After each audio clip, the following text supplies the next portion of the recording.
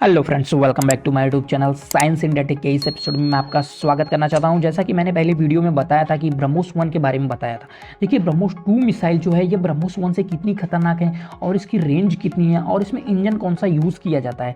देखिए, जो hypersonic speed जो है वो कैसे इसको प्राप्त की जाती है। देखिए, ब्रह्मोस 2 मिसाइल में ऐसा क्या होता है जिससे कि ब्रह्मोस 2 मिसाइल एक हाइपरसोनिक स्पीड को प्राप्त कर लेती है। देखिए, थोड़ा हम इसके स्पेसिफिकेशन के बारे में समझेंगे, उसके बाद हम इसके इंजन के बारे में डिस्कस करेंगे। देखिए, तो स्पेसिफिकेशन थोड़ा समझ लेते हैं इसके बारे में। देखिए, जो ये मिसाइल है ब्रह्मोस 2, ये एक क्रूज मिसाइल है। क्रूज मिसाइलों की खासियत यह है कि ये एक लो एल्टीट्यूड पे उड़ती हैं और लो एल्टीट्यूड पे उड़ने का सबसे बड़ा फायदा ये होता है कि किसी रडार के पकड़ में नहीं आती। जैसा कि आप जानते हो कि इसे डीआरडीओ ने डेवलप कर रही है, इसका डिजाइन जो है डीआरडीओ ने डेवलप किया है। देखिए, थोड़ा इंजन के बारे में समझ लेते हैं। देखिए, इंजन जो है इसका ना, इंजन इसका जो है स्क्रैमजेट इंजन यूज किया गया। देखिए, पहली जो ब्रह्मोस 1 में था वो उसमें रैमजेट इंजन यूज किया था और इसमें स्क्रैमजेट इंजन। अभी हम समझेंगे रैमजेट क्या होता है और स्क्रैमजेट क्या होता है। देखिए, सुपरसोनिक से हाइपरसोनिक स्पीड कैसे प्राप्त करती है जो मिसाइल है उसके बारे में भी हम डिस्कस करेंगे। देखिए, अब थोड़ा ऑपरेशन इसके रेंज के बारे में थोड़ा समझ लेते हैं। जो ब्रह्मोस 2 है उसकी रेंज की बात कर ली जाए तो 800 से 1000 किलोमीटर की इसकी रेंज है। साथ ही साथ कह सकते हैं कि 8 मैक की इसकी रफ्तार है। जो इसकी रफ्तार है 8 मैक तक, बहुत ज़्यादा स्पीड है जिसको हाइपरसोनिक। अब थोड़ा हम समझते हैं इसके प्लेटफॉर्म के बारे में कि इसको लॉन्च कहाँ कहाँ से किया जा सकता है। देखिए, इसे शिप से भी लॉन्च किया जा सकता है, इसे सबमरीन से भी लॉन्च किया जा सकता है, साथ ही साथ इसे एयरक्राफ्ट कैरियर से भी लॉन्च किया जा सकता है और लैंड से भी इसे मारा जा सकता है। देखिए, हाइपरसोनिक मिसाइल की जरूरत क्यों पड़ी। जैसा कि हम जानते हैं कि जो ब्रह्मोस 1 थी उसकी स्पीड थी सुपरसोनिक स्पीड। देखिए, सुपरसोनिक से हाइपरसोनिक स्पीड की जरूरत क्यों पड़ी। जैसा कि आप जानते हो कि जो रडार है आजकल ज़्यादा एडवांस किए जा रहे हैं। देखिए, रडार के लिए सबसे बड़ा ड्रॉबैक मतलब चैलेंज का काम ही होता है कि मूविंग ऑब्जेक्ट को टारगेट करना। तो कि मूविंग टारगेट ज़्यादा स्पीड में होगा तो उसको टारगेट करना रडार के लिए बहुत ही ज़्यादा मुश्किल हो जाता है। जैसा कि ब्रह्मोस 1 में था तो उसकी सुपरसोनिक स्पीड है। अब देखिए, सुपरसोनिक स्पीड को थोड़ा बहुत वो टैकल भी कर लेता, लेकिन जो हाइपरसोनिक स्पीड है उसकी स्पीड बहुत ज़्यादा हो जाती है। तो 8 मैक की रफ्तार है तो उसे टैकल करना बहुत ही मुश्किल है। साथ ही साथ वो लो एल्टीट्यूड पे तोड़ रही है तो उसको टैकल करना बहुत ही ज़्यादा मुश्किल काम हो जाता है रडार के लिए। देखिए, रडार के लिए सबसे बड़ा चैलेंज का काम ये टारगेट। अब कोई भी टारगेट है आपका, ठीक, आपके रडार के अंदर आपका कोई भी टारगेट आ गया, आप ब्रह्मोस मिसाइल मैंने मारा, आप के रडार के पकड़ में आ गया, आपने लॉन्च कर दिया, तो जो आपका इंटरसेप्टर मिसाइल हो उसकी भी स्पीड मैक्सिमम 8 मैक तक होनी चाहिए, तभी वो उसको दौड़ा के मार सकता है। अब तुम्हारी स्पीड जो है सुपरसोनिक है। जो इंटरसेप्टर मिसाइल आप मार रहे हैं उसकी स्पीड 4 मैक की है और जो मिसाइल को मार रहे हैं उसकी स्पीड है 8 मैक। तो कैसे उसको टैकल करके हिट कर पाएगा, तो ये बहुत ज़्यादा कॉम्प्लिकेशन हो जाता है।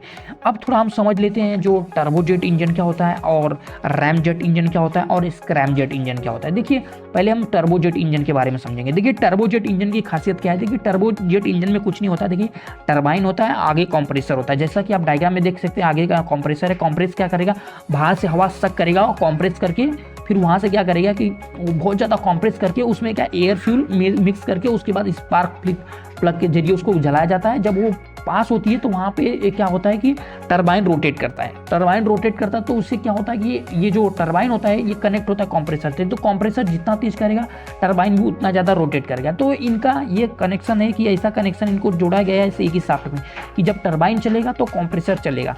तो सबसे बड़ा चैलेंज का काम होता है कि कंप्रेसर चलेगा क्या। स्टार्टिंग में तो कंप्रेसर को चलाना पड़ेगा ना, जब वो स्टार्ट हो जाएगा टरबाइन तब कंप्रेसर देगा ना पावर।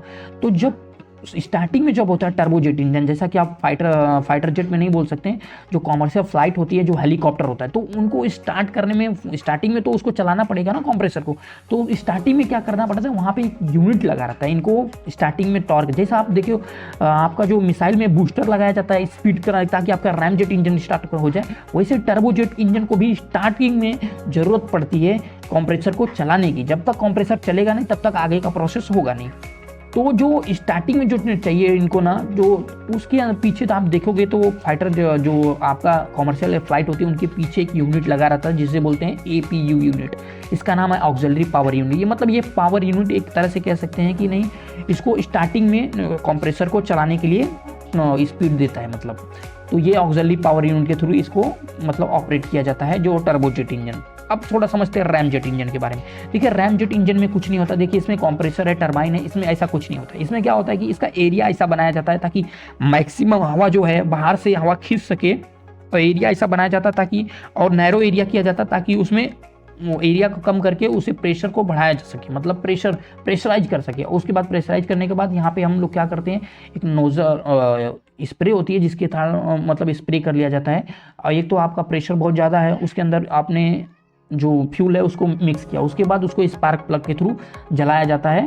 तो स्पार्क मारने के बाद जो जब बाहर इंजेक्ट करता है उससे जो थ्रस्ट मिलता है उससे रैमजेट इंजन स्टार्ट होता है, तो चलता है। तो ये आपके रैमजेट। अब थोड़ा स्क्रैमजेट के बारे में समझ लेते हैं कि रैमजेट और स्क्रैमजेट में डिफरेंस क्या होता है। देखिए रैमजेट और स्क्रैमजेट दोनों सेमी इंजन होता है। डिफरेंस की बात कर ली जाए तो इसका बस एरिया होता है। जैसा कि आप देख सकते हो कि रैमजेट का जो एरिया है उसमें थोड़ा कम एरिया है, जबकि स्क्रैमजेट इंजन में काफ़ी ज़्यादा एरिया है। तो इनका बस एरिया बढ़ा दिया जाता है। एरिया बढ़ाने की वजह से क्या होता है कि अब जब एरिया बढ़ा दिए तो ज़्यादा हवा सक करेगा, अब ज़्यादा हवा सक करेगा तो ज़्यादा कॉम्प्रेस करेगा, ज़्यादा कॉम्प्रेस करेगा तो ज़्यादा हवाएं पीछे के साथ इजेक्ट करेंगे। जब ज़्यादा इजेक्ट करेंगे तो स्पीड इसकी ज़्यादा होगी, मैक्सिमम होगी। तो इसके साथ कुछ नहीं किया जाता, थोड़ा सा इसके अंदर चेंजेस कर दिया जाता है।